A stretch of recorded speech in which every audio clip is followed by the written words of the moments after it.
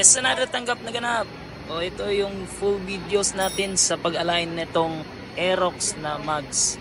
Bali guys, pagka-align pala namin ng mugs na to, hindi lang pala yung mugs yung may tama. Gabi kasi pagkabangga, pati center post. Yung latest post ko sa Reels na center post, yun sa kanya din yun, magkasama yun dito. So kita nyo naman yung laki ng tama, diba? So na-explain namin ni customer na talagang susubukan na namin kung kaya talagang i-align. Kung mabasag man 100%, sinasabi ko wala siyang babayaran ni piso.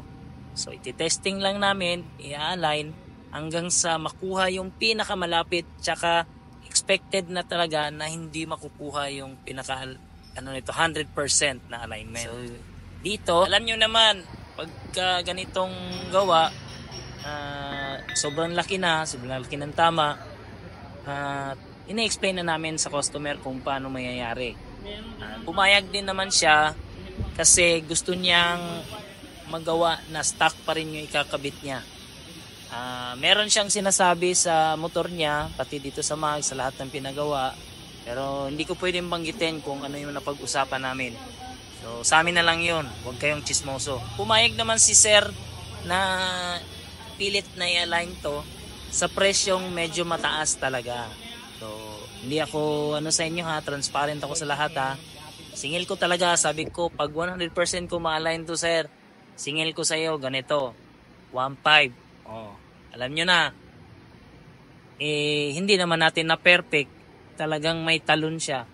So pinabayad ko sa kanya is 900 lang. Baka sabihin nyo, grabe na mahal. Ilang araw ko kaya itong tinira dito sa shop, pinaiwan ko to. 3 o 4 na araw yata. Pero hindi naman isang buong araw na ito lang gawa ko. Sa mga ganitong klaseng gawa kasi, hindi mo may pipilit yung machine shop na matatagalan. Kasi pagka bakante lang to magagawa. Alam naman ng iba yan. Uulitin ko na naman. Nasa spam, napakaraming nagme-message kung nasa magkano yung alignment ng mugs. So, estimate pricing na lang natin, pinakamababa, 450 hanggang 900. Yung walang crack ka, pagka nag-crack, additional na yon sa alignment ng mugs. Hindi naman pwedeng i-align na hindi hihinangin yung crack kasi useless din, basag na nga yung mugs mo. Mas lalong walang safety yon, di ba? At uulitin ko na naman kung saan yung location. Dami kasing nag-PPM pa rin kung saan yung exact location. Minsan naka-comment na naka-pin comment na pero tinatanong pa rin. So okay lang, normal na naman yan. Hindi naman lahat nakasubaybay sa atin tsaka yung dadaan lang sa wall nila. Kaya talagang may magko-comment ng ganon. Ulitin ko, 124 Barangay Luciano, 13 Indang Road, 13 Martires City, Cavite, Philippines. Asia, West Philippine Sea, yun, Scarborough Shoal, yun yung address namin. Tsaka Planet Namek, andun. So tapat lang kami ng Sea Oil Gas Station, lagpas konti, pagaling kang bayan, lagpas ng Amore, magkalagpas lang ng Amore, tapat ng Sea Oil, dun. Dito lang kami. Pangalan ng shop, JTech Machine Shop and Engineering Works. At dito, i-explain ko lahat kung paano at pwede bang pa rin gamitin. So hindi na talaga siya na perfect, pero nakuha natin yung pinakamalapit. Yung bagsak na yan, yung ganyan, pansin nyo.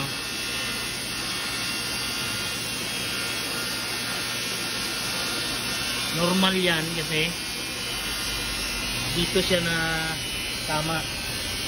Ngayon yung screw kasi na area, yun yung matibay.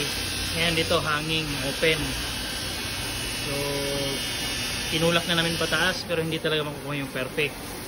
Magagamit naman yung mugs, hindi naman yan ramdam pagka may gulong na. So yun lang, at least nakuha natin yung alignment.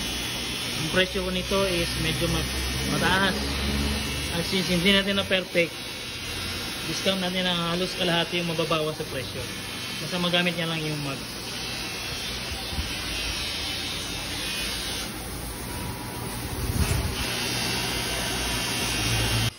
So hanggang dito lang tayo. Salamat nga pala at nagiging 15K followers na tayo. Thank you.